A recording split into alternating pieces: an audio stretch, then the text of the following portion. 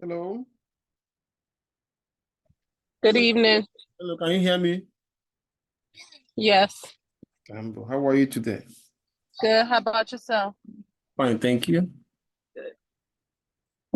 So,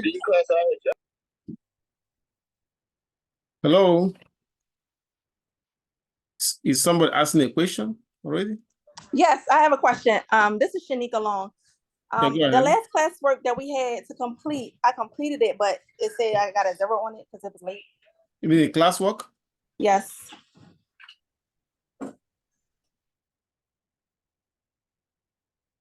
The one that on random sampling? Mine too. Yes. Also, Is it the one on random sampling? Is it classwork 1 or classwork 2? Classwork 2, the frequency distribution. I have not graded it yet. Everybody, okay. I will grade that one this weekend. Thank you, Professor. You're welcome. Will you be sending the recording of this class If you want. as well, please?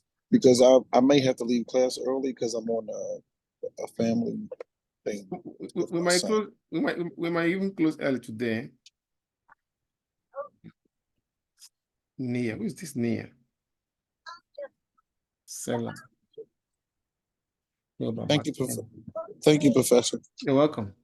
I may have to leave early around, I'm gonna say 7. Sarcobat. I think I got everybody. Anyway, if you are referring to classwork 2, the one on frequency distribution, I have not graded it yet, so you are still good. So there's a new person here. So. it's Brielle Bynum. I see it. I see it. Brown. I'm taking down your names. I know that's why I haven't said anything yet. By name, right? When. All right. Let's begin. As more people come in, I will accept them. Now, today we are starting from other types of charts. But before we do that, I want to show you a concept that is called class boundaries. When you look at this, let me share my screen. Before I do that, let me explain what you have this week. If you look at my announcement this week, my announcement explain everything that we need to do this week. I have if you look at it, you're gonna see we'll be transitioning to chapter 2 of the course textbook. I think it's chapter 3, I believe. Give me 1 minute. Well, chapter 2 is data description, I believe. No, it should be. All right, let's see. So begin reading chapter 2. Let me check from the Alex. Make sure I'm giving you the right information. Okay. 1 minute. Awesome. Now I'm going to go to Alex.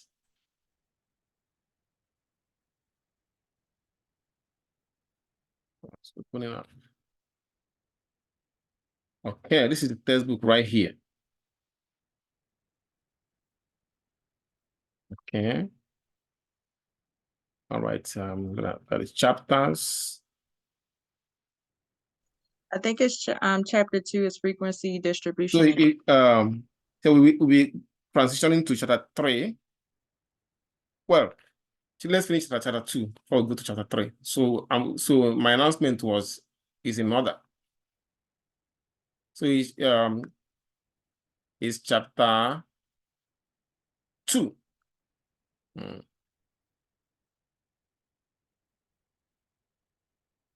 So So now, based on that, I'm going to show you the announcement again.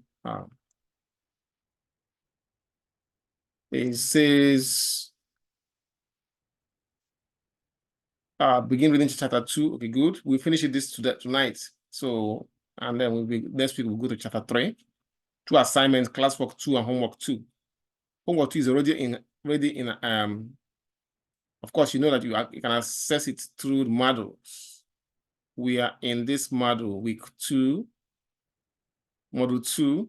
So you can access it here. Then the classwork, I will put classwork after the class session tonight, and then I'll put the classwork here for you. Now we can start. So like I said, I want to show you how to get class boundary before we can now do the other types of charts. Professor, can I ask a question? Yes, sir. So I just wanted to add, just to make sure, classwork 3 is going to be for tonight. The homework for section 2 won't be due until next week, is what you were saying? Classwork 2, not 3. Classwork 2 is due when? Tonight, but I still accept it tomorrow. Classwork is due every day we have a class, but normally I can still accept it the following day. But So homework is due on Sunday. But it says February. Okay, got you. Homeworks are due on every Sunday. Got you. All right, let's see. Am I doing them? So let me introduce. Let me show you the class. If you look at this class in Tava, you will discover people keep coming in. Okay, people are coming my ear. Let me put them in. Hey, Professor, I want to ask you a question. I'm sorry, when you get a chance. Maya, who? Is a new person. All right. Hello. Hi. Good evening, Professor. I want to ask you a question. Yeah, Jamaya, what's her last name? What's her last name? Well, this is not Jemiah. It's Anna Saylor speaking. Okay. Well, yeah, go ahead, ask. Holly. Hi, Professor. I was having with my login. This is Kelly Brown. Kelly Brown. Okay, go ahead, Miss Kelly. How are you? Yes, I just switched back over to my laptop, but I'm trying to figure out why my grade is a D and something not right, especially my attendance and participation. You're giving me half of the grade. You're only giving me 50%. Why? Because your last name is what again? What's the last name? Let me look at my paper. Brown. Brown. And then there was another assignment that you said. Brown Kelly, were you here last week? I was here every day, Professor. Again, there was a paper that you told us that we can do, and then you would accept for the next day. I looked for that paper half of the night trying to do it the same day, and I could not find it. So you must have posted it a little bit later after the class. And when I went on there to do the assignment, you said that you would accept it the next day. I am failing. I have a D. My grade looks terrible. I've been here every day. I've been participating every day. Did you do the work? Yes, I did. The work. Then I'll grade it. I have not if it is I did my first grading last last Sunday.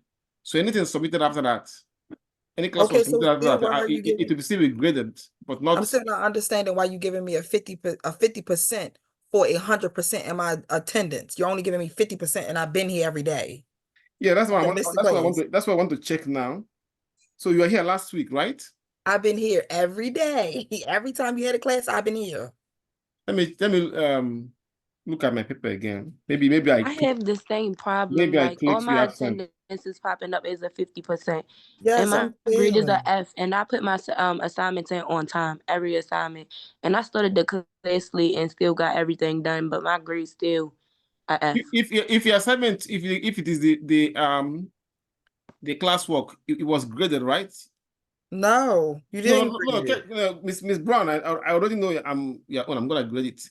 Excuse me, Professor. I was trying to ask you a question. There's one person was speaking a few minutes ago. What's her name?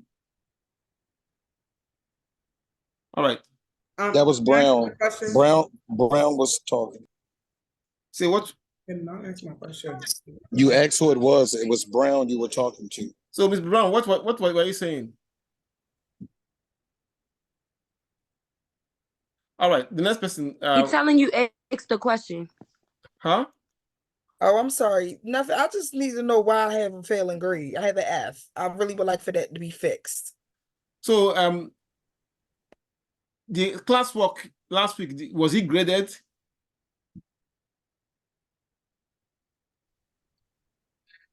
The classwork last week, was it graded? Well, mine wasn't. That's why I was trying to. No. No. Huh? If it wasn't No, graded, it then wasn't. Yeah, I got a 0 for the classwork next. That was last week, and I did it already. you did it. Well, then check my feedback. If you have 0, there's a reason you have 0 on it. If No, it, you didn't leave no feedback. You didn't check it. I didn't grade it. No, there's no Okay. feedback. There's no Maybe I'm having the same issue. those are submitted after Friday. After Yeah, last so Friday, you said I haven't graded you those. said we have a grace period of Saturday. So I had submitted it on Saturday, and you didn't, even though it's still saying late, but you said we had that grace period for Saturday. If any work was not graded, it will going to be graded. So I don't think you should worry about it. So long as it is submitted within that time frame, it will be graded. You have to be patient, okay? Yes, You sir. telling us Thank to you. be patient, but like, what are you doing with the attendance grade? Because you telling me be patient. My grade is reflecting a D. Like, come on, you can't tell us to be patient. What are you doing with the attendance one? Because it's like you're messing it up. I have a D. Like that's some people are not paying for Is this college. brown? Some people are getting Is this some people are brown? getting help, and you're messing with people's stuff. Is it Brown speaking? Yes. But Mr. Brown, I already told you I will look into it. I'm looking at the paper now. So what applies to you does not apply to everybody. So is individual is case by case, is done handled case by case, not group. So I graded my science, the classwork on Sunday. So I within that time, if you didn't turn the classwork within that time, then it wasn't graded. So then the next time I will do a next grading is with this Sunday. Okay, then if there's attendance, I'm looking at it from Miss Kelly, so it will be fixed. Then I will look at I'll go and check that video again for any other person that have that attendance issue. Yeah. So I have to look at the video again, make sure see who and who is here last week, and then I'll check it. All right, let me begin. Once again, if you turn the classwork after Sunday, it wasn't graded, so it will still be graded. Next time I will grade is this coming Sunday, and if your attendance wasn't, if you have issue with attendance, shoot me an email. I right now I know about Kelly. I will check it and see where the problem is, and I'm going to fix it. You said we have submitted. I think you forgetting the fact that you let us get a extra day. So we were supposed to complete it on the 26th. The extra day was Saturday. Right. So we're telling you our assignments was turned in on Saturday. When you let us have that grace period, it was turned in. You didn't grade it. You graded stuff Sunday. You never graded. That was on you, not us. Yeah, when I graded on Sunday, the stuff that I saw that I submitted, those are that I see, I graded them. So if I don't grade it, maybe that means it wasn't there when I was doing the grading. So well, mine was but in there. any case, go ahead. Yeah, that's how mine was there on Saturday, because that's when I did it. I actually did it Friday night at 12 and stuff like that when I got off work. Okay, what's your name? Let me pull it now. What's your name? Anna Selah. Okay. So I will look at it now, see if you're Why is that? yeah. I don't think that's Professor. 7. Classwork 1.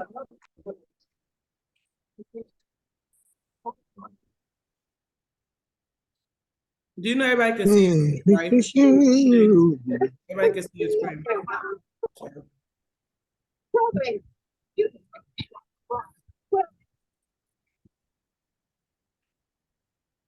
Professor, you need to stop sharing your screen. Okay, now, Because Miss It's Sella, people personal information. Miss Sella, Yes. shoot you him said an I didn't grade it. email. You said I did not grade it, right? What is this?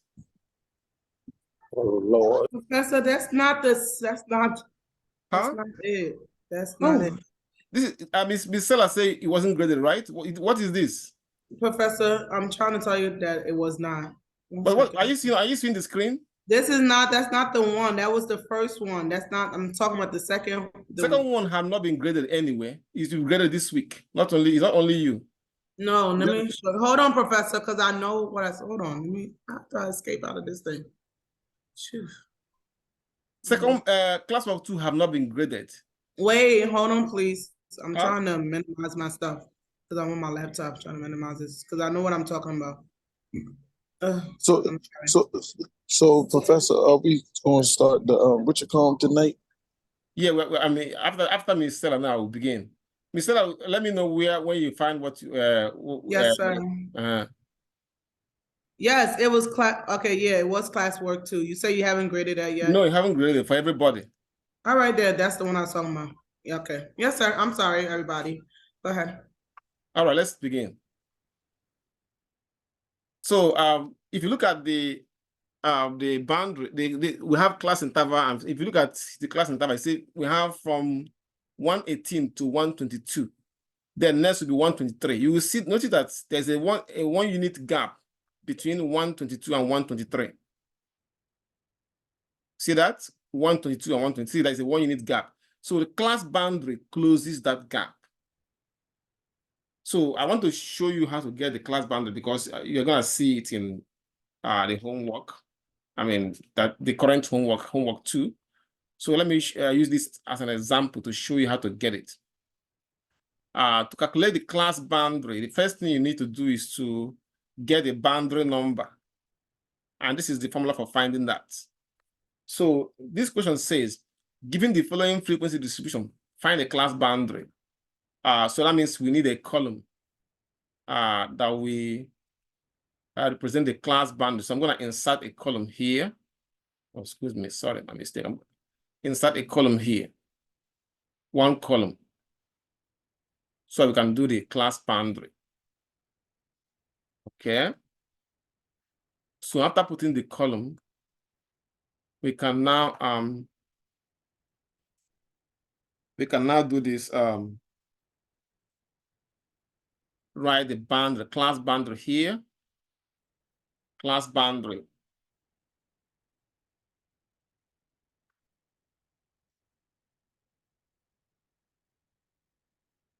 Okay.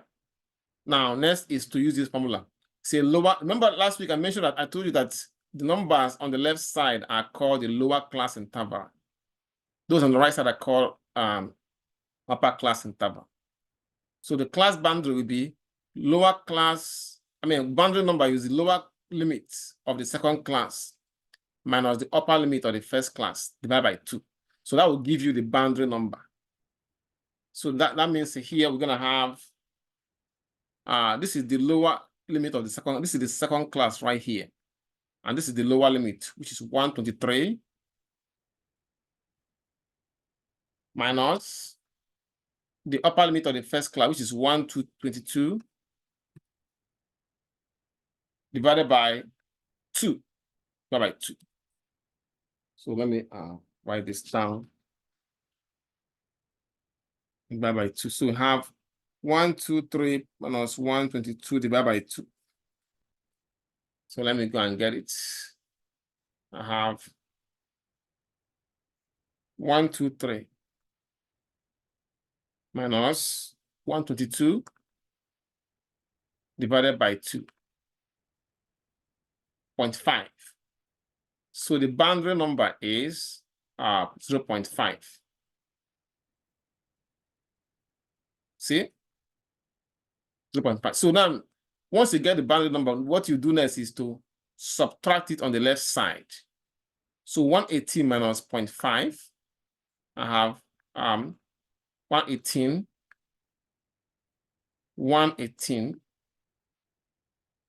minus 0.5. Give me 117.5. So 117. So following that method, we get the rest of them. We have 117.5 here. So following that method, 123 minus 0.5 will give us 122.5. 128 minus 0.5 will give us 127.5. And 133 minus 0.5 will give us 133.5. 138 minus 0.5 give us 137.5. And then 132 minus 0.5 give us 31.5. Professor, I'm sorry. Mm-hmm. When you said 123, I gotta go back a little bit. You said 123 minus 122 divided by 2 equals 0.5, right? Mm-hmm. How did you get 18 minus 0.5? Yeah, so this answer we got 0.5. You subtract it from all this number on the left side. You subtract it from all this number to get the first lower class boundary. So then you divide that and you got, okay, 117.5. And then, so 123, okay, minus 0.5 is okay. Mm-hmm. Then 148 minus I 0.5 is 147. I have a quick question. Is these the answers for our classwork for tonight? No, We'll be doing the the question? classwork you do yourself. I don't give you answer for classwork. This one, I No, want not to, the answers, the question. Is these the questions? Like, where are the questions at? well, I'll provide the question after the class. So I did some of the little work, whatever today, but basically that's the formula, the class boundary number, and Then when you get it, you subtract it from this left side, then add it on the right side. So we are doing the left side first. So once you get all the left side, you put your dashes.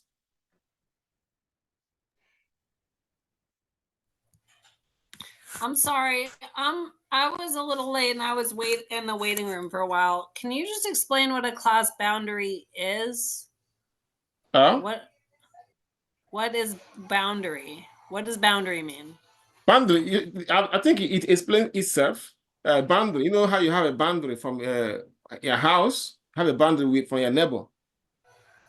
Okay. So something we have a boundary. Like here, if you see 118 to 122, right? Then next is 123. You can see that between 122 and 123, there's a 1 unit gap. Am I right? Okay, the halfway point between 122 and 123 is the boundary. No, I didn't say it's a boundary. I'm showing you that 122 this is class interval. I'm explaining. Right.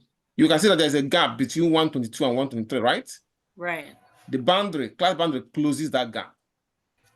So and that's what we are trying to get now. And the class boundary comes right before the class interval that is After next the to class, it? we get the class boundary from the class interval. So the first thing you do is to get the boundary number first. Were you here when I show how to get it? Huh? Yeah, so the boundary number was 0.5. Yeah, that's 0.5. So Miss Elliot, were you here when I got the boundary number? I understand. Yes, I understand, and I understand the formula now. Once you get the boundary number, then you subtract it on the left from the left class interval. I mean, from the lower class interval, and then add it to the upper class interval.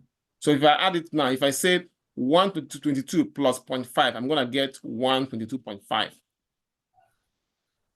And you will see that second one will be 127 plus 0.5. You get 127.5. And you will see now that between 122.5 and see, we have 122.5 here and another 122.5. You can see that the gap is closed now. There's no more gap. That's what the boundary does. This one will be 132 plus 0.5 will give you 132.5. 137 plus 0.5 will give you 137. 0.5. 142 will become 1 plus 0.5 will be 142.5. Then 147.5. Then 152.5. Okay. So this is how to get the boundary. So the boundary is like the outer limits of the class interval. Yeah, you just close the gap that gap you have in the class interval, boundary closes that gap. Okay. Now, so if you're asked to find a class boundary, this is what you do. You get the boundary number, then subtract it from the lower class interval, all the lower class interval. Subtract it, then on the upper class interval, you add the boundary number. Yeah, that's why I wanted to show you before we go to what we have tonight. So we subtract from the left and add from the right. And add to the right. Yes, exactly. Yeah. So now we can now go to what we have tonight, which is other types of charts. Last week we did histogram, and I showed you how to do it in Excel. Tonight we're looking at other type of chart. The other type of charts, like I was telling what's Mr. Dwayne, right? Yes, sir. Yeah. Dwayne, yes, sir. Yeah. Like I was telling you, we'll be finished. Hopefully, we'll be finished on time tonight because this is what we need. Once we finish this, do shape of distribution, we'll be done. So we're looking at stem and leaf plots. We're not gonna do. Yep. I'm sorry, Professor. I got a 0 on both classworks. Okay. Let us discuss your case after the class. The second class, the second classwork 2, you didn't get 0. I haven't graded it yet. Okay. So is probably the first classwork.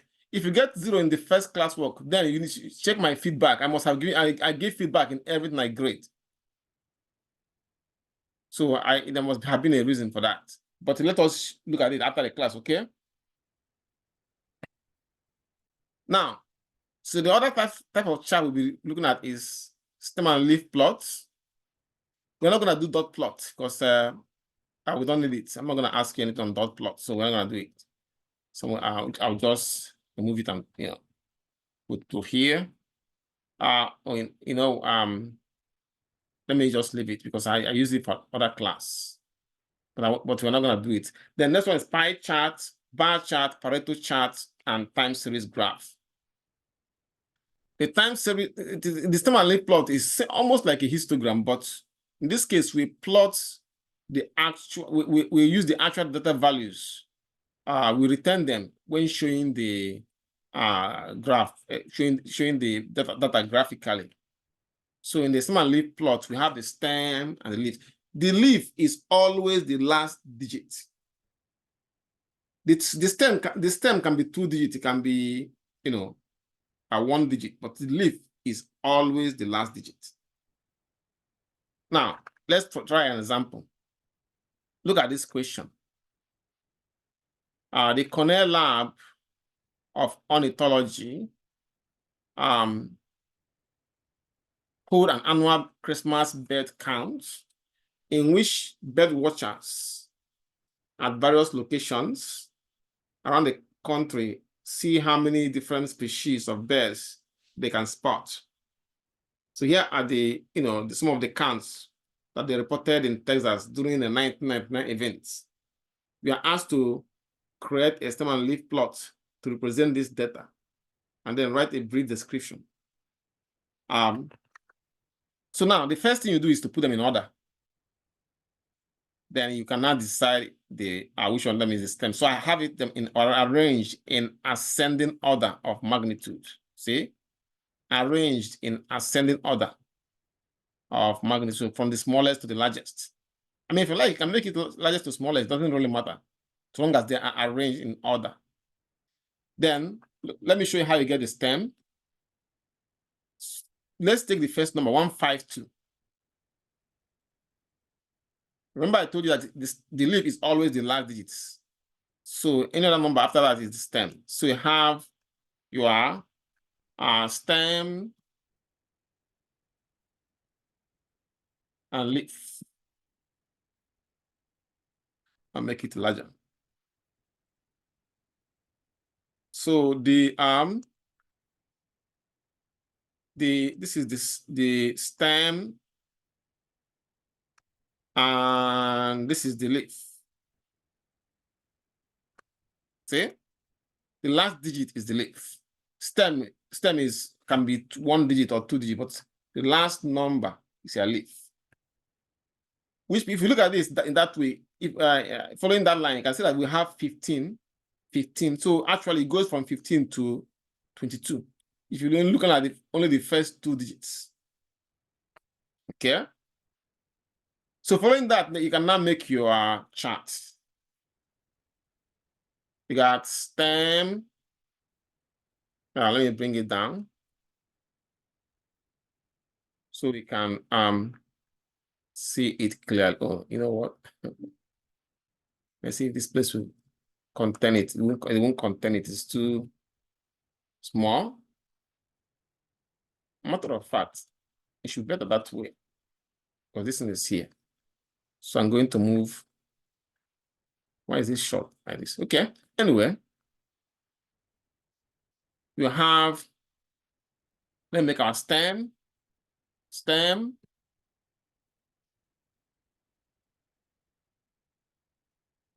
gonna make this. Then we have our leaf.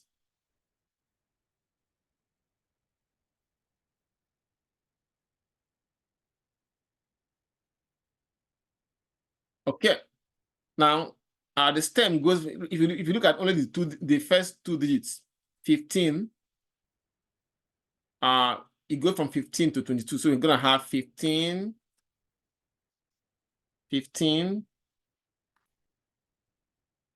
Okay. 16, 17, 18, 19, 20, 21, and 2. So that's your stem right there. I'm gonna make them 16, 14, or 16. I have a question. Mm-hmm. So even though in this data set, like these groups of numbers, I don't see a 19 or a 21. We still have to add those numbers in to get to 22 for our stem. Yeah, you have to count all of them, yes, so that you can see if there's any gap or any outlier. So now let's get the leaf. Please mute yourself if you haven't done so already. Now look at the first number. Say 152. So 152, right? So it's 153. See 153. There's another 153 again here. See 153. Then 156. 156. 157. And that's 15 is finished. Now we have 160. See 160. That they're twice. 162. 162. Now they are twice. Then 163. That only one of them. 166. 16. That's good. 66. Yeah, 167. So the one that have 16 are finished. Next is 175, which is 17. Okay, 5. 177, 178, 77, 78. Yeah, 181. I'm gonna start from here. 181. We got 183 and 186. 386. Next will be 206. See 206. 6. There are 2 of them. then 228. 228. Now, this is your, then you can, of course, you have to put the line that demarcates them. Okay. So this is your stem and leaf plot right there. Now, from this, you can see that the count ranges from 152 to 228. And you can see, I wrote something here for it. See, don't worry about the skewness yet. So let me remove the skewness because we haven't done skewness yet. You know what? I can just leave it. So we're going to do skewness anyway. Yeah. Right.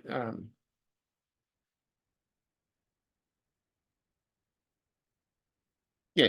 Now you can see that there's a gap here and a gap here. So we have these two numbers standing out. So I say that it has two outliers because these two numbers are standing out. So we can also conclude that between 152 to 186 of the species of bird were observed. See, between 152 to 186 species of bird were observed and counted by majority of the watchers, because most of the counts were fall in that group. See, and also the overall, the bird watchers spotted a minimum of 152 birds and a maximum of actually a minimum of 152 species and a maximum of 228 species of birds. Now, let me leave it here. Any question for me?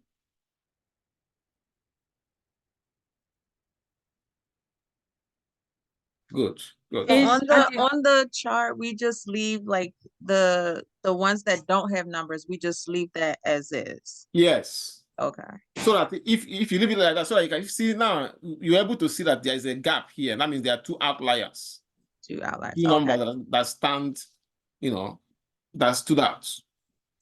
If you don't put those numbers, you will not. If there's outlier, you will not know. How did you I really don't understand what's going on So at all. at the top, so where you did have some words at the top and where you got stem leaf or something, I don't know. But where did you come with the dialogue and the conclusion? How do I do what again?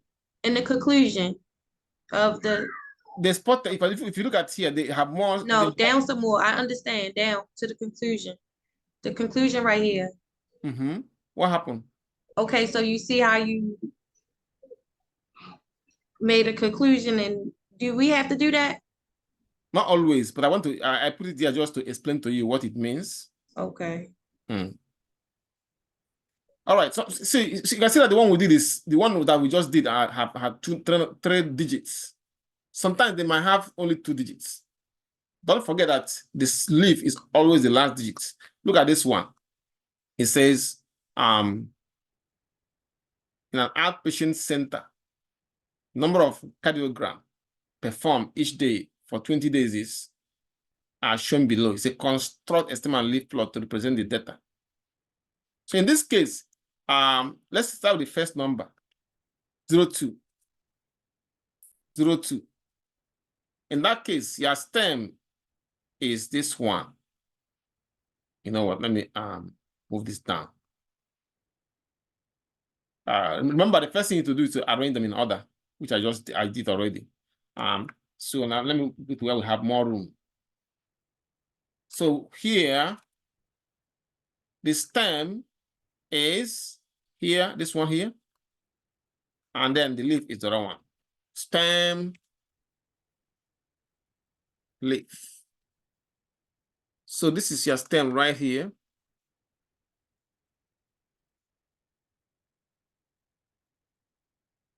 And this is your leaf.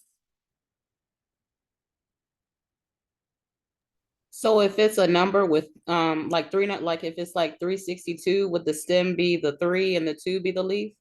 Is it like that or like 362? You said 362, right? Yeah. 362. Remember, I told you that the leaf is always the last number. This is the stem right here. So anything before the leaf is the stem, regardless of how many digits there are. That last number is only going to be a single digit. Yes, that's your leaf. The single digit is Okay. your leaf. Yeah. Okay, thank you. Welcome. Now that we have this, we can now make our chart. Loretta is going around. Huh? Talk about how. Huh? If you have a question, ask, please. All right. So now, having done this, we have our stem,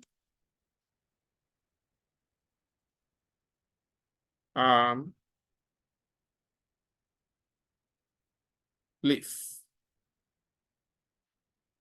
Okay.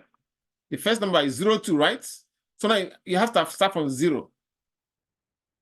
0. Now you can see that it goes from, if you look at only the first number, you can see that it goes from 0 to 5. So 0, 1, 2, 3, 4.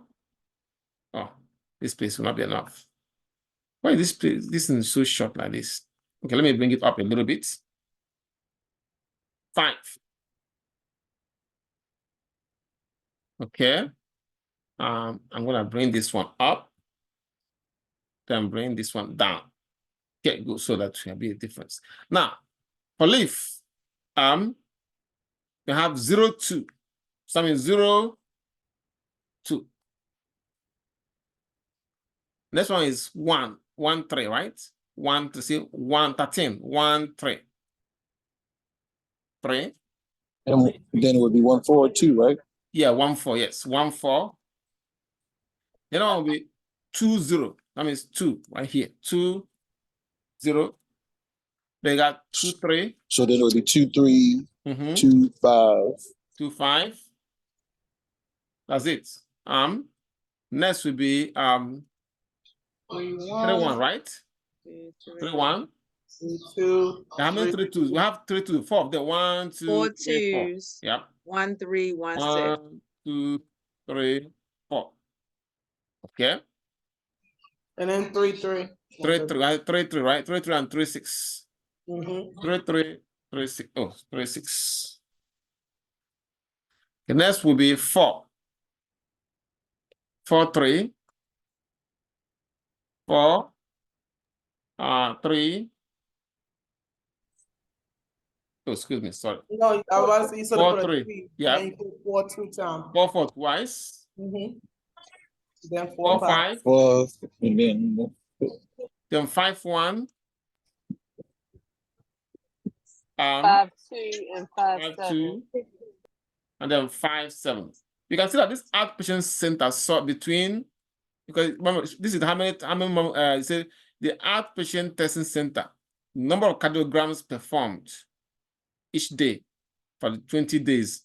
Okay, so they performed the minimum of 2 cardiograms and a maximum of 57. I mean, this was just one way of interpreting it. There are many other ways. You can even say this way. I wrote them here. You can see they have you show that the testing system treated a minimum of 2 patients and a maximum of 57 patients, which is what I just said, 2 patients and a maximum of 57. And also, during that, during that time, they during the 7 days out of the 20 days, the number of patients receiving cardiograms was between 36, 31 to 36 days. This is for on the 7 out of the 20 days. But the one that I want you to focus more on is the minimum they treated and the maximum, that will be easier for you. But like I said, at this level, you may not be required to interpret this. But if I ask you, you've seen an example of how I interpreted it, and you can apply it to your work. Now, that is stem and leaf plot for you. Next thing we're going to look at is the pie chart. In my day, we are using pencil and ruler and a protractor to draw this. I'm sure all of you know what a protractor is. I Is there got anybody one. here who doesn't know what a I got it. protractor is? Is that the one with the pencil and the compass looking ruler? Yeah, it's round. We use to measure degrees. Like the triangle? Angles and the so this is how it looks like. Protractor. All right, okay. You can see the chart here. We all use it in high school in those days. You can see they have what is it right here? It's used to measure angle. So, but now, since we for this class, we'll be using Excel to do this. So I'm not gonna start asking for protractor. But in any case, in the pie chart is based on the principle that the angle sum of a circle is 360 degrees. That's why we use protractor. And what is a pie chart anyway? Is a circular graph in which the size of each sector represent the frequencies. Now, so it is based on the principle that the angle sum, the sum of the angles of a circle equals 360 degrees. 360 degrees. So now next one is bar chart. Bar chart is like a histogram. I said that in this case, as a matter of fact, the histogram is a special type of bar chart. So we use bar charts to represent data, but the bars are not close together like the histogram. They are separate. Now, a Pareto chart is like a bar chart, but in a Pareto chart, the bars are ordered from the largest to the lowest, highest to the lowest. Called Pareto chart. Yeah. So we have. I'm gonna show you how to draw all these charts now. This first question, let's start with the pie chart. This question says number of the n degrees conferred in 2007 are shown here in the table. Now it says use a pie chart to organize this data. Now then answer these questions. I'm gonna add more questions to it so we can get the rest of it. Anyway, yeah, use it to organize a pie chart. Anyway, first thing is to put it in an Excel data entry part. So I'm gonna open Excel. Excel. So, Professor, if we can't access Excel, we're gonna fail. Huh? Because I can't. I've been having a problem with Excel. Yes, that kind of relates to my question is, can we use Google Sheets or does it have to be Excel? I mean, if you can prove your work, yes. But remember, we're gonna have Excel assignments. It's part of the project. What you said is so I'm showing you now. I'm showing you how to use it now. So what? It's not difficult. That's why I'm showing you how to do it. It will save you a lot of time. Now, if you're using Google spreadsheet, if you can prove your answer, it's fine. So long as you can prove your work, fine with me. Now, so now let's see. Like I said, the first thing to do Can you take a picture of it on your phone if necessary? Huh? Can you take a picture of it on your phone if you use Google spreadsheets if necessary? If it's clear. Well, and upload it. If you do it on Google Sheet, you have to upload the file, not the picture. I don't need picture, I need the file itself. So I can see your work and verify it. Okay, thank you. You're welcome. So now the first yes, sir. No, I was just asking. You are going to send the recording because I was leaving class early. Sorry. Okay, the video. Yes, sir. You know where I posted last time? Yes, sir, in the Yes, announcement. I'm gonna put it that place again tonight. Thank you. Thank you so much. Have a blessed night, You class. too. You too. So now, first thing is to highlight. See, you highlight it, and if you don't know how to copy, you can type it in manual. But doing it this way will save you time. And Control C is copy. You know that already. Then you go to Excel and do Control P to paste it. Control P. Okay. Now, once you have them in, I'm sorry, you said Control P. What that mean? paste.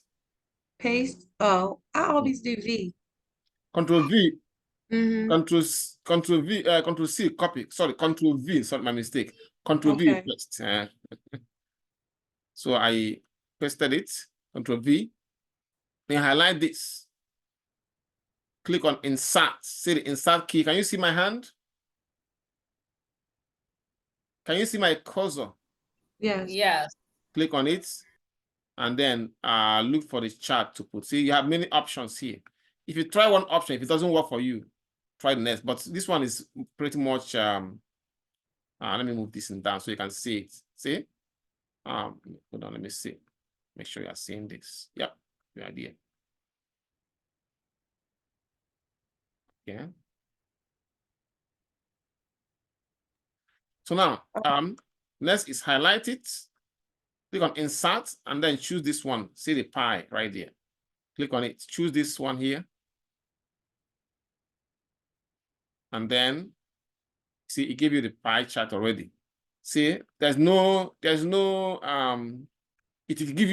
it to you as a percent. So, but it didn't add a percent. So you gotta choose any of these at the top. This one, choose the one that have percent. I choose this one here. See, the percent will be there. So you can see that all the orange color are for bachelor's degree. You can see them. You can see the key right here. Next thing is to put the title. To put the title, you see where you have the plus sign. You click on that. Then choose chart title. Oh, excuse me, you remove it. So let me put it back. It's right here already. So I can just type it. Pie chart.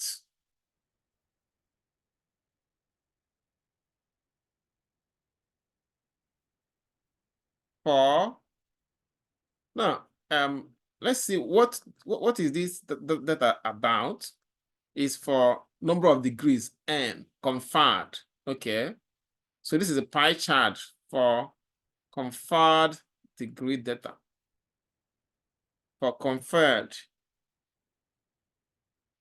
degree data. So you have your pie chart right there. Now, next thing is to put it on the Word document. You go to the edge right here, or even at the end. Click on it, then Control C to copy. Click on it, Control C. Then you go to your Word document or your project, whatever you want to paste it. The question will ask here. So I'm gonna paste it here. See? And that's a pie chart right there. So from here, you can see that most of the degrees offered were bachelors. Most of the degrees that year was bachelor's degree. Oh, excuse me, I'm taking you to Word. I'll take you to Word. Yeah. What is my Word document? Okay, good. So about 51% of them, almost half of them, we are bachelor's degree. And the one that is smallest, we have is the doctoral, which is only 2%. Excuse me. Now, sometimes they might ask you, what angle does the bachelor's degree represent? Okay, let me write the question here. What angle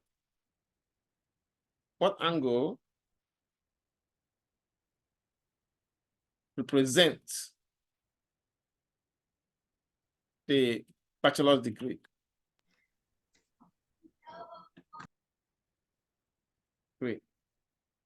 To answer that, you know that in a circle, the total the angle sum of a circle is 360 degrees. Yeah. The angle sum of a circle is 360 degrees. So angle sum of a circle equals 360 degrees. So if you ask the question, what angle represents bachelor's degree? All you have to do is to multiply this angle, this 360 by with 51 degrees. But you have to change the 51 to decimal. So that means bachelor's degree now becomes bachelor's degree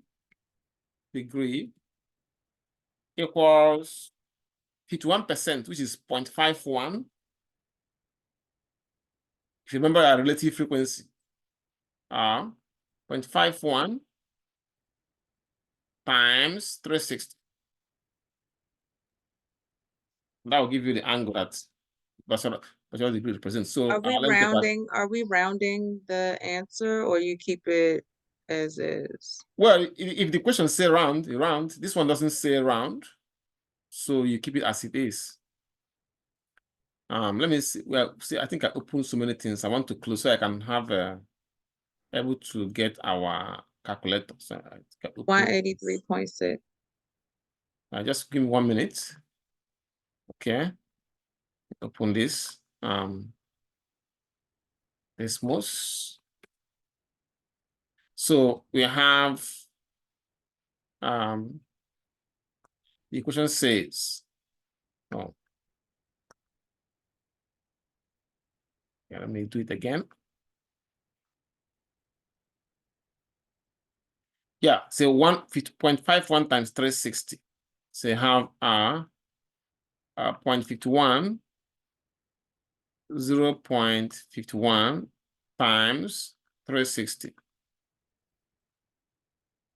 183.6 degrees.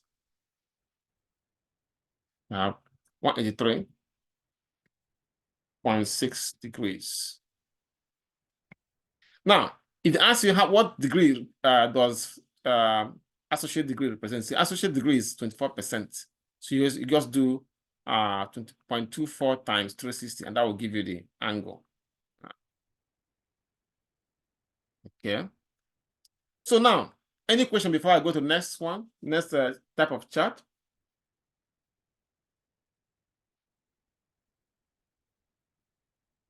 Any question? Ms. Jamaya, what's her last name? Harley, Harley. H-A. Oh, okay, I see it now. All right. So since there's no question, let's go to the next. Let's go to the next type of chart, which is the bar chart. It says the height of some breeds of dogs are shown here. Construct a bar chart to represent this data. So again, like I said, you can do this with pen and pencil, but technology have come to stay. So we are using technology for this, which is, when I say technology, I mean Excel. So if you find yourself in maybe in an island where there's no electricity, there's no calculator, then that's when you try using pencil for this. Anyway, again, the first thing is to copy put it in Excel. So you highlight it, do Control-C, and then go to Excel, and then look at the space, put Control-V. Then you're drawing a bar chart. So all you gotta do is to highlight it, click on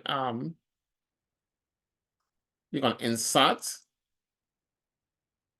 and choose what bar that works for you. I click on this. If any of them doesn't work for you, then remove it and try a different one. Okay. Let's see. It's a bar chart. So next is to put the title. See this plus sign, click on it and check the ISIS titles. And you can see the titles on the right at here and here. Then you can now type on them. This one is there. Breed. Then the height. Height in cm and cm. So I can load this part. Okay.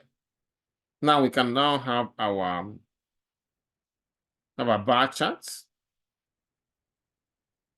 So put the title. This is heights of dogs by breed. Now, if you like, you can make it bigger by just clicking here and expanding it. Now you can just click on this in one of these, any of these lines, and press delete to remove those lines. Then click here, Control C. Go to your Word document where the question was asked, and do Control V. See, it's pasted it. Of course, we're looking at this. You can see that the fox terrier is the tallest, followed by Corey.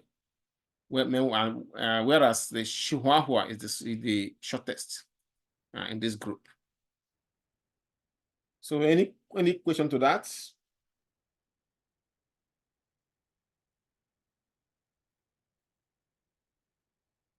I want to ask Professor, are we gonna be able to have access to the recording again like we did? Yeah, sure. If you want, yeah. I was actually somebody asked me already. So yeah, and I told him Okay, I'll post it keeping the same up, place. I'm a little lost too. So Yeah, I'll post it the same place I posted in the announcement. All right, thank you. You're welcome. All right, so now let's go to the next one. Next one is the Pareto's chart. Pareto's chart, like I said, you put the numbers. The difference is that you put it in you put the data set in order before you can now draw the the graph. So it is just like the bar graph. I said that for Pareto charts, you must arrange them in order first before you can draw it. So let's try with this example here. It says here that the table below shows the number of pounds in millions of pounds of each snack food eaten during Super Bowl. So it says here, construct a Pareto chart to represent this data. Then explain your results. Does it matter if it's in ascending or descending order? This one going to be descending order from largest to smallest. Okay, thank you. You're welcome. So let me write them out so we can construct them. The numbers we have, because this one is arranged horizontally, so I'm gonna type it in Excel, snack and pounds. So I'm gonna put in Excel that snack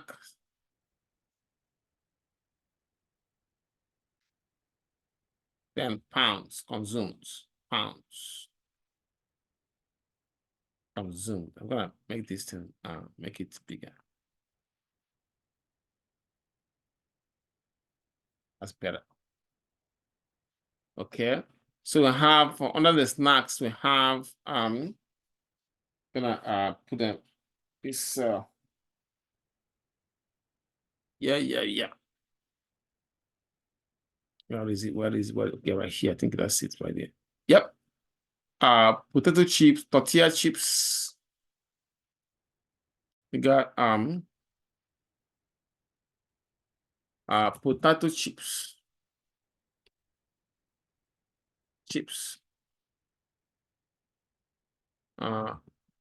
Tortilla chips.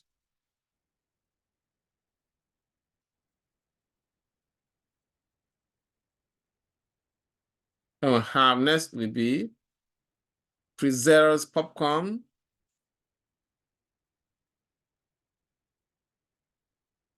Preserves popcorn.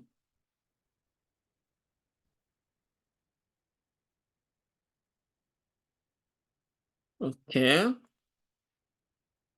Next will be snack nuts.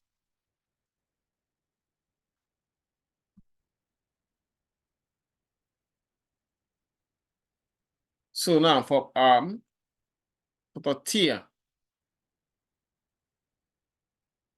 But I thought you have 11 points. Let me write them down so I can now. Oh, I think I have it here. Okay. I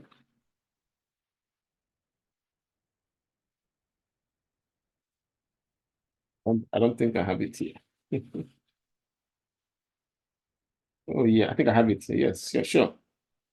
We have yep, I got it here. 11.2. Let me go and put it in there. So I have 11.2 pounds and 11.2 million pounds. Okay, for potato chip, for tortilla, we have 8.2. We got 4.3 for preserves. Popcorn, I have 3.8 million. Snack nuts, I have 2.5 million. Yeah, see? So usually the data entry part is the difficult part. If you enter the data correctly, you should be fine. So what you gotta do now is just to highlight this and then insert this chart. Okay, click on insert, and then you choose the right chart. Okay, I'm gonna choose the one I chose before. See this one? It worked for me, so I'm gonna leave it like that. So it blocked the data set. You're gonna bring it down. What is the difference between this chart and a histogram? Say it again. What is the difference between this type of chart and a histogram? Histogram is a special type of this. This is the bar graph. Histogram in the bars will be together. If you watched last week lecture, we did it last week. The gap, there won't be any gap. See, there won't be any gap. Yeah, it's just the spacing between the bars, and then I don't think there's a specific order versus this one is from ascending. I meant descending. Oh, I see. This is organized. Descending, This one is correct. Pareto, Yeah. but what she's asking is the histogram and the bar charts. Histogram, Right, it's the spacing that's the yeah, the difference. spacing. There won't be any space for histogram. So now I can now put the titles. Is this the type of chart we're going to use for each question, or will the question tell us what type of chart we're supposed to use? Or? Yes, people will ask you that. Like this one, if they ask you to draw Pareto charts, then it's draw this type. You put them in order first. See the largest to the smallest before you draw it. Okay, you have the snack type. Then see the number of pounds consumed. Number of pounds consumed. And this is the Pareto chart. Pareto chart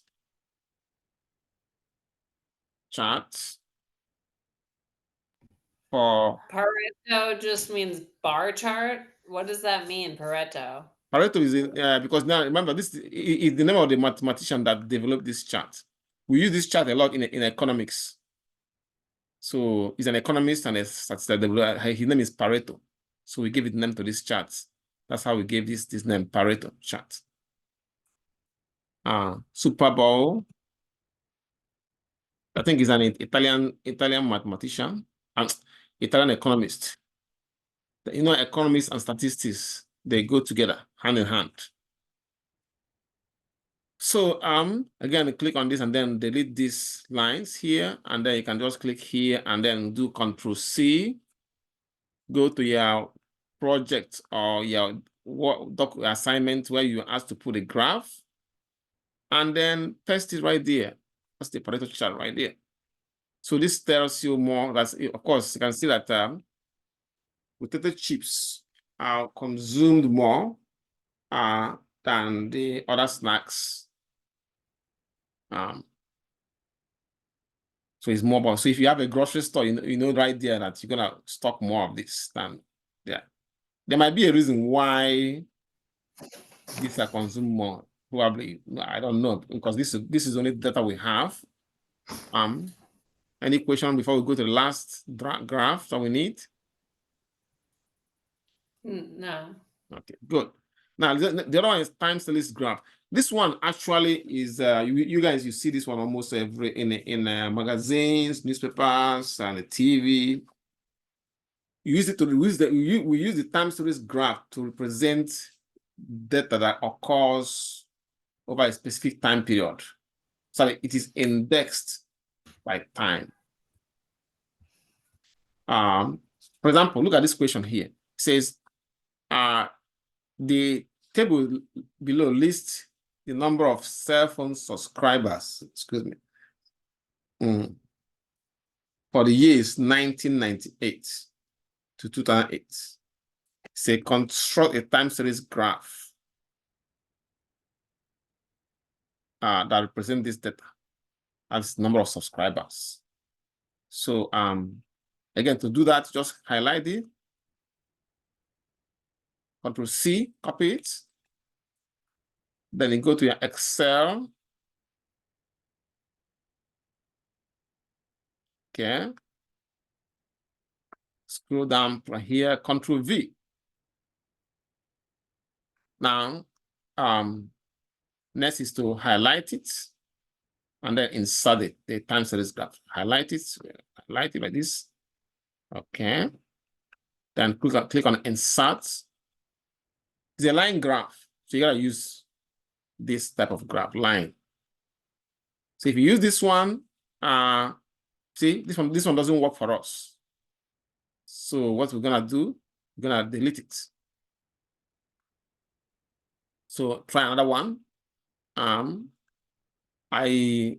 will say try this one here. So if you try this one graph, it doesn't work, try another one. Then this one worked for us. See? Worked. So one that worked for you, you can use that. If it doesn't work for you, try a different line graph there. So you can see this show all this trend. These are the years. So click on this plus sign to put the axis titles. Year. Okay. Number of subscribers. Number of subscribers. Now,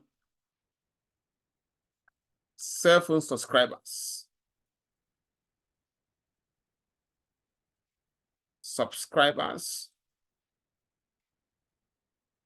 Data. Or I can just say by year. Okay. Now click on any of these lines. See, click on here. Click on this to remove this. Then press delete key. Click on this one. Press the delete key. Remove it. Then click here. Do Control C. And go to your work, classwork or assignment or whatever it is. Below it, you can paste it. Because you can see the trend. This trend is going up. See? Which show that number of subscribers have been increasing since 1998. Okay. Questions on this?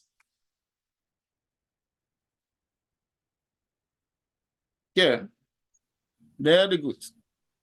Our time series charts, are they in ascending order?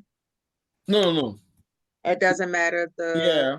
Okay. It is just like, it's just like the way what they will have it gave. It wasn't arranged. It's just what Okay. we see, you know. Thank you. Welcome. Any other question? Yes. when we submit the homework, do you want us to do it in the spreadsheet and then copy it back into the downloaded homework document and then submit it? If you do it on a spreadsheet, you have to upload it, the spreadsheet, the file. Right. Now, if you do it on paper, if you're using your hand to plot the graph, then you take a picture and submit after you plot the graph. So I recommend you use Excel so that you get used to it. Because remember, you're gonna do Excel assignment. Right. No, I understand. So now, let's round up by looking at the shape of distributions. Some distributions have what we call humps or peaks that we call modes. For next week, we're going to discuss modes in a more elaborate form. But those humps, you can see right here. See the hump right there, or the peak. We call it peak. And when I say that, let's make sure you're seeing this. When I say that, you can see the hump or the peak right here. Right, this one here, see the tallest, that's the hump I'm talking about. Okay, we call it modes.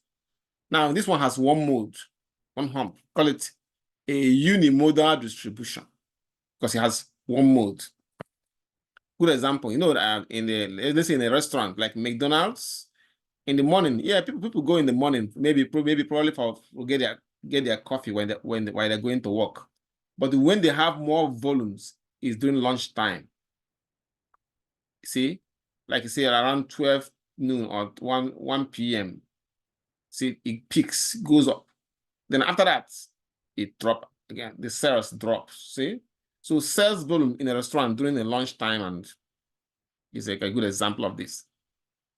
Or sales volume in a grocery store, or even a place like Walmart during the Christmas, sales jump during the Christmas, and after Christmas it goes down. When the distribution have two humps, see this one have two humps, this and that. We call it bimodal distribution. I can use Walmart again. Sales during Thanksgiving and Christmas. Thanksgiving sales goes up, after Thanksgiving it goes down, then Christmas it goes up again. Now, some have multiple peaks or humps, like this one. I'll use the blood sugar. When you eat in the morning, blood sugar goes up. Then as you become active, it goes down. Then when you eat your lunch, it goes up again. Dinner, it goes up again. Or maybe you want to drink soda, it goes up again. So it goes back and forth. We call it multiple peaks. Another good example is stock market, for example, keep up and down. The heart, I think that device they use to check the heart rhythm, let me see. Make sure it is. Can you say the three types again? What is it? Unimodal? For two of them, two. Unimodal, bimodal, multimodal, or what is it? Unimodal is one peak. Yes. And bimodal? Two peaks. And when you have multiple peaks, like this one, you call it multimodal distribution. See? Multimodal distribution for multiple peaks like this. Now, there are distributions that have no peak at all. Everything is the same, uniform. We call it uniform distribution. Like if I give a survey and I say anybody that participates in that survey will receive a gift card. The gift card will be $25. So everybody receives $25. So you can see that it will become a uniform distribution. Like this. Call it a uniform distribution. Now, there are others. We have the one that called skewness, and let's look at skewness and symmetry. Let's start with symmetric. In a symmetric distribution, the data values are uniformly distributed about the mean. And such distributions are bell-shaped, have a single peak, and then the tapers are both end. You can see right here, the pizza delivery time. You can see that you have a single peak, and it look almost the same on both sides. We call it symmetric distribution. Good example: normal blood sugar. About anybody that have a that doesn't have a that is not diabetic. There's a normal blood sugar level that is considered normal. That was that is considered. Once it goes above that level, it becomes abnormal. If you go below that, if you go above it, it becomes I think they call it hyperglycemia. If it goes below that, it becomes hypoglycemia. Another example is height. Height of anybody that is already 20 years, there's a certain height we expect that person to be. Not everybody will be the same height, but it might be a little bit bigger than that, but it will fall within the stats range that is considered normal. I can give you more examples. In Baltimore County and Baltimore City, teachers' salaries goes from, I think, probably 65. I'm talking about public school teachers, probably 65,000 a year to maybe 85,000. So you can see that's normal range for Baltimore City and Baltimore County. Am I right or wrong? Am I right or wrong? So it says it's bell shaped. Is this a bell curve? It's like a bell shape. If you look at this, is this what they call a bell curve, or that's something else? It's like a bell. See, look at this. If you draw the line, see that it looks like a bell shaped. And I can have it here, right here. You can see right there. This is. Yeah. Okay. So this is a bell curve. Yeah. Then, but sometimes it's not. Sometimes a data set may not be symmetric. It might have like here. You can see that it is stretched more on the right side. See, here is almost like a drop, but here it's stretched. Let me use this to represent, show you what I mean by that. See. If I use this, see that it's stretched more here, but here it is basically a drop. See? So, but because it's stretched more on this side, we say that it is skewed to the right. I'll give you an example of in real life situation of a data set that is skewed to the right. The first one, what I'm going to use example is income. See, if I plot the, if you look at this, this is right skewed. If I plot the graph of income in Baltimore, you see that more people will concentrate here because more people most people are not rich. I mean, they may be comfortable, they may be middle class, but they're not rich.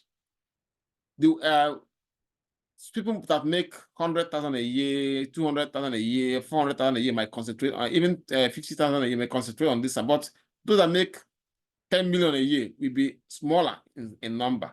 So income is usually right skewed. In any way, any state, income is right skewed. Sometimes it might be stretched on the left. See, this one stretched more on the left side. And then here. So this one is says it is left skewed distribution. Good example. If I give a test that is very easy, you see more people scoring 90 and 100 and less people scoring 10% and 20%. A good example of left skewed distribution. Now, which brings us to outliers. Outliers. An outlier are those extreme values in a data set. They are either they are extremely high or they are extremely low.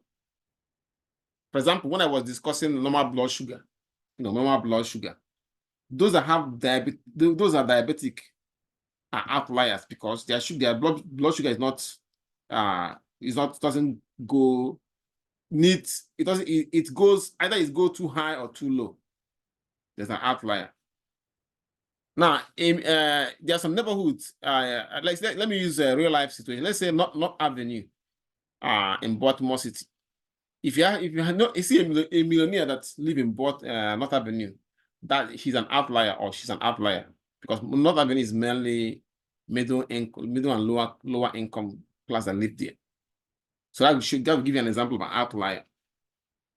Now, how do you present it? You can see how this gap shows outlier right here. See, that's the gap. It's an outlier. Sometimes you might have two outliers, like here, and here. And if you look at if you remember the first stem and leaf plot, I think the first one we drew, you can see that we have two outliers there. I'm taking you down to that place, to that chart. The first stem and leaf plot we have has two. I can see the outlier. See, outlier. And if you turn this counterclockwise, you can see that actually this is skewed to the right. See, with two outliers. See. Anyway, I think you get the point. So you have our outliers, you have a skewness, symmetric, and I give you all the examples. So that's like I said, I will put the classwork now for you so that we can now end the class so you can go and start working on it. Like I said, those that for classwork 2, I'm going to grade it this Sunday. So this is a classwork. Okay. Do you have time to go over the last 2 with me though, so I can understand what I've been doing wrong? So the classwork? Yes, the previous classwork. Okay, I can show you an example. Remember, I have a video for that thing. The one I did, the example I did before. Let me close this thing so I can have enough room. And we do have the grace period of turning it in tomorrow, right? Like I Yeah. just want to make sure that, okay. Yes, yeah. Okay, I want to let you go ahead with this week's homework, but I want to ask you a couple questions after, if that's okay. The classwork, the one that involved the table, right? That's what you're asking, right, Miss Elliott? I'm asking about both of them. The second one, I haven't graded the second one, but the other one I can show you I can only show you an example. No, I mean, I see from your notes, I understand what I did wrong. I'm just wondering if I can just go back and do it again and submit it again for partial credit, because go ahead and do it. It's not always the the case, but go ahead and do it. I will accept it. But remember, this is not always the case. I'm doing it now for you. Yeah. Thank you. Okay, thank you. Thank you. So let me put this one for you guys. That's the one that I'm gonna put. Can I ask a question? Yes, ma'am. Do you have office hours where you can come in and sit down and talk about grades and different things? Because everyone doesn't want to talk about their grades over in front of like 18 people. So, well, my office hours is by appointment. If I'm free during the week, you can make an appointment with me. This week I'm not free this week. And those that don't say everyone, speak for yourself. Only speak for yourself. Everybody have their. Okay, I don't want to talk about my grades in front of 18 people. And if I wanted some help, I was wanting to make an office hour visit. But you say you don't have anything next week? This week I'm not free. This week. Next week you can make an appointment if you can request. My office hours is by appointment. So you can, if you request, I will check my schedule. If I'm available, I will schedule you for office hour. Okay, I sent the email. But usually I put a feedback in my grading so you can see if you didn't get it right. You know why you didn't get this right. So if you always read my feedback so that you know if you fail a question, you can know, say this is why I didn't get this grade, or this is why I get low grade on this assignment. All right. So and if it is a classwork, I can do an example. I cannot explain it with the question that I ask you because that question I ask you is one I want you to do by yourself. But I can do an example of it. Then you can use that sample as a guide to solve your question. All right, let me put this classwork. For this week, we see models. Models. This is for frequency distribution. Okay. Okay. This is week 2. Okay. We're in model 3, I believe. Let me see. Okay, yeah, but see, okay, for that one, I'm sorry, everybody, but I just want to ask, like, while he's here, when we did the frequency distribution chart, and like, I honestly felt like I was wrong about this, but what were we supposed to write? Were we supposed to write the whole category under each thing in the histogram? Like T, the category you're supposed to write out on the histogram what that means, or just put histogram? like Which histogram are you referring to? For last week. So like where like the I'm trying to show the classwork? Like this bit here, yes. Uh-huh. For last. Now, does each of these categories have to be, I was supposed to write it down, train derailment, train derailment, whatever, you know what I'm saying? It makes sense. Are you asking about histogram? Yes. Histogram, the bars will be together. You have to close the gap. I did an example last week. You do okay, so this after going the gap. This is not a histogram. This is a bar chart. Oh no. Okay. All right. Oh no. So let me put classwork 3 here. Okay. Classwork 3, so you can I'm gonna put the question right here. Professor. Yes, ma'am. So I know I could probably find the answer to this question in the syllabus, but is it a do you accept late assignments? Because didn't. Do I what again? A late assignment. Late assignment? No, I don't accept late assignment. I mean, I only do it for classwork, so that's why I give you following day to submit it. Why do you ask though? I was just I need to just read the syllabus, that's all. But I was just wanted to ask you why you was here. Oh, you're nice. That's all. Okay. I understand it's case by case basis, but I know you also have it in your syllabus, and I could have just referred back to it, but I was just asking. No, I don't accept late assignment, but for classwork, I do if it is one day without penalty. Like tomorrow, there is one that is due tonight. I still accept it tomorrow.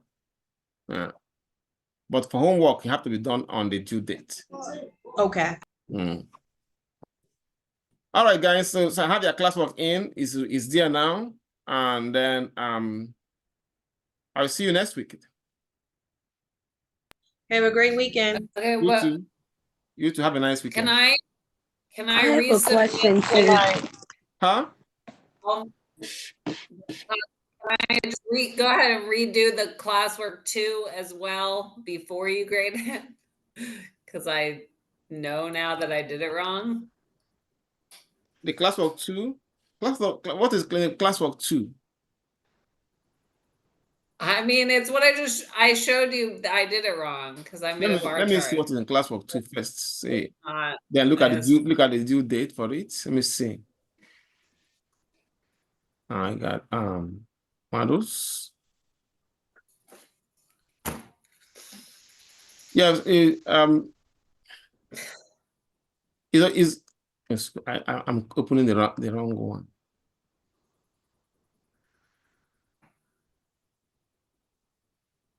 This is the categorical frequency distribution. Yes. So that one is different. It's not a histogram. It didn't say draw a histogram, did it? It didn't, and I was just about to ask you that because I already submitted mine. So when she mentioned a histogram, I went to check to see No. if there was supposed to be a histogram. Oh no, okay. I thought that the histogram was a type of frequency distribution.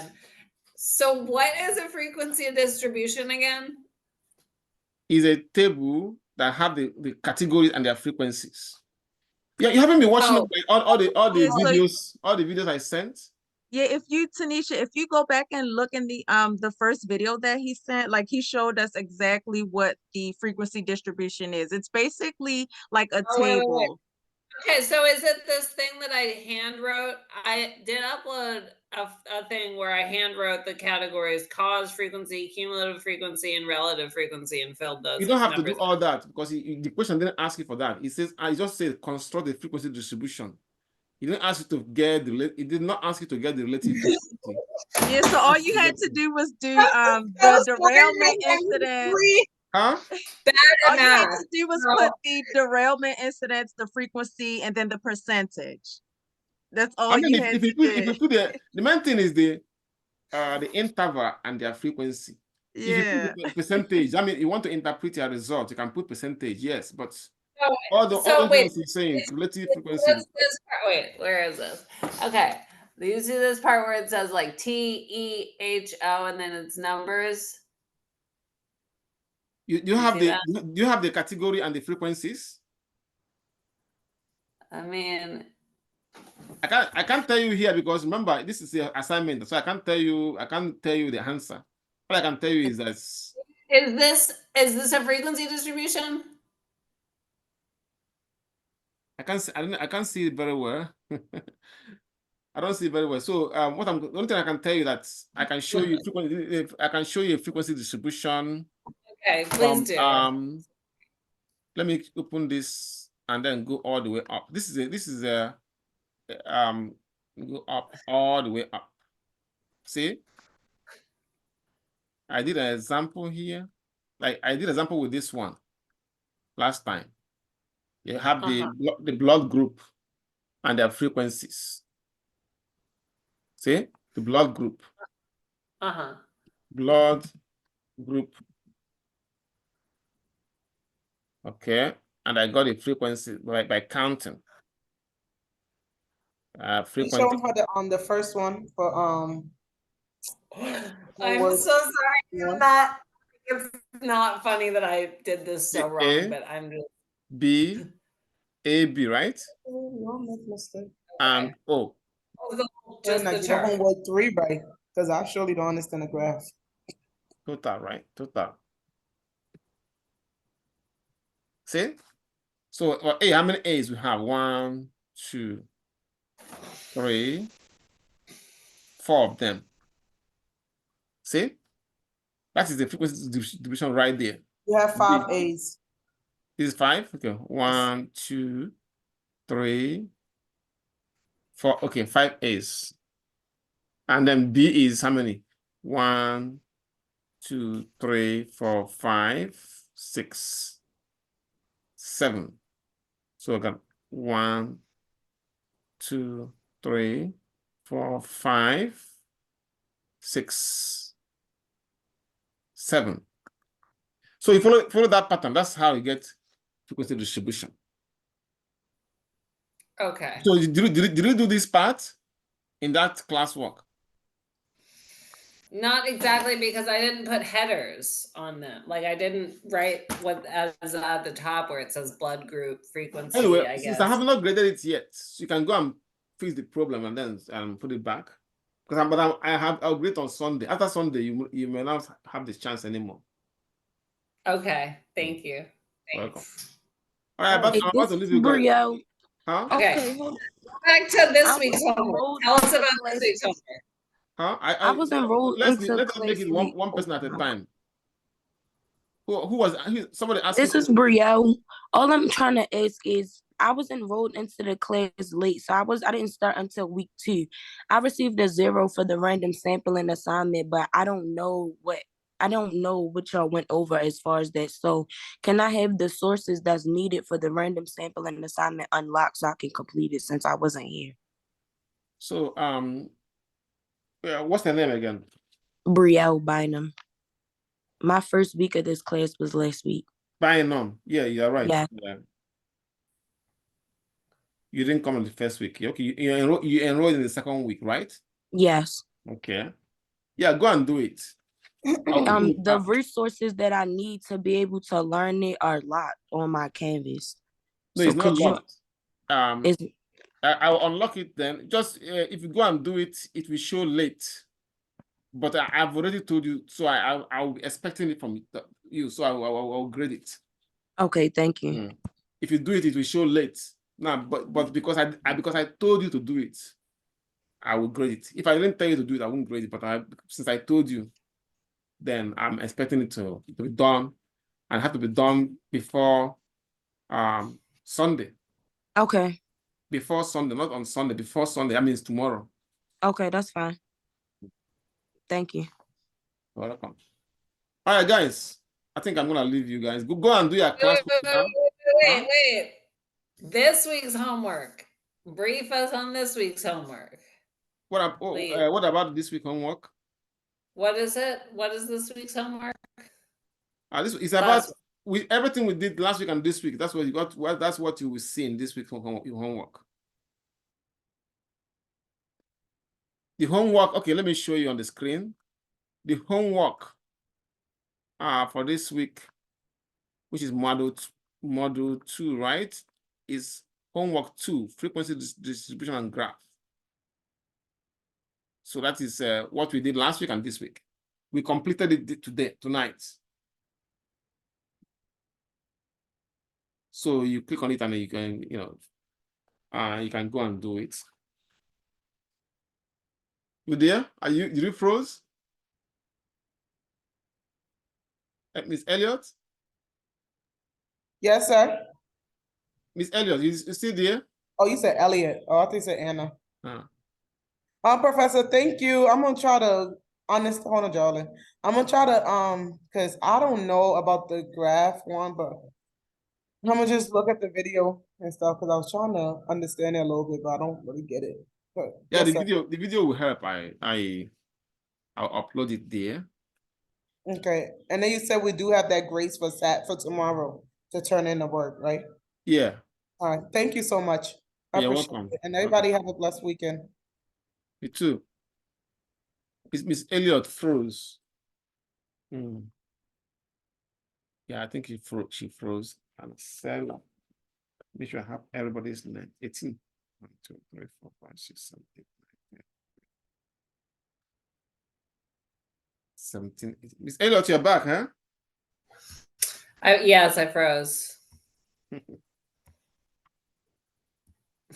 All right. Okay. So I've answered all your questions. So now I'm gonna let you go now. Oh, okay. Gamble. So I see you next week. Okay, thank you. You're welcome. Have a good weekend. You too.